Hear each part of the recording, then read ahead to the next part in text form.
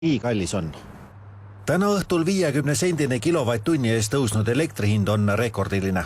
Tuult on vähe, päikest ei ole, hüdroenergiat on vähe, Auvere esimene plokk on katki.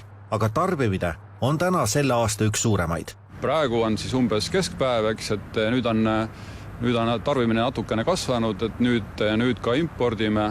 Et see mõneti see külmhind on just tekitanud selle, et Eestis tootmisvõimsused on peaaegu kõik käima pandud, mis on saadaval. Tänane hind on võrdselt kõrge igal pool, Austriast Soomeni. Süsteem on aga selline, et kõik tootjad saavad ühe hinna oma tegelikest kuludest olenemata.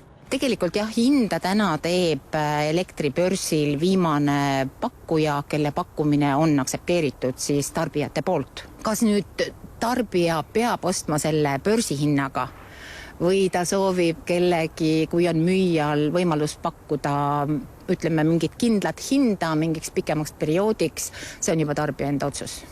On vaidluskoht, kas elektribörs on ikka mõistlik, kui näiteks Eesti Energia põlevkivielektri omahind on mõnikümmend eurot megavatt-tunni eest. Süsihappegaasi-kvoot maksab 75 eurot megavatt-tunni eest ja hetkel täna õhtul saadaks üle 300 euro kasumit megavatt-tunni pealt. Hästi palju praegu muidugi loomulikult selle kõrge hinna valguses ka seda nagu räägitakse, kas see turudisain on kõige parem, kõige efektiivsem.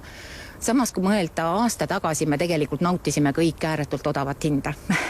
Ja siis nagu ei tekkinud nagu kellelgi küsimus, et aga siis ju näiteks tootjad, et nemad võib-olla ei saanud oma kulutusi tegelikult üldse tasa ja olid nagu miinuses, vähemalt mingil ajal. Kui meil ei oleks täna neid kõrgeid hindasid, siis ei tuleks ka tegelikult tulevikus investeeringuid. Polevat ohtu, et elektrit puudu jääb, sest hind pole ikkagi veel nii kõrge, et Iru elektrijaamas oleks hakatud gaasist elektrit tegema. Ning kõige viimases hädas oleks Eleringil olemas küll kallid, aga siiani veel seisvad gaasielektrijaamad. Gaas on üks kallimad tootmisviise tõesti Euroopas tervikuna.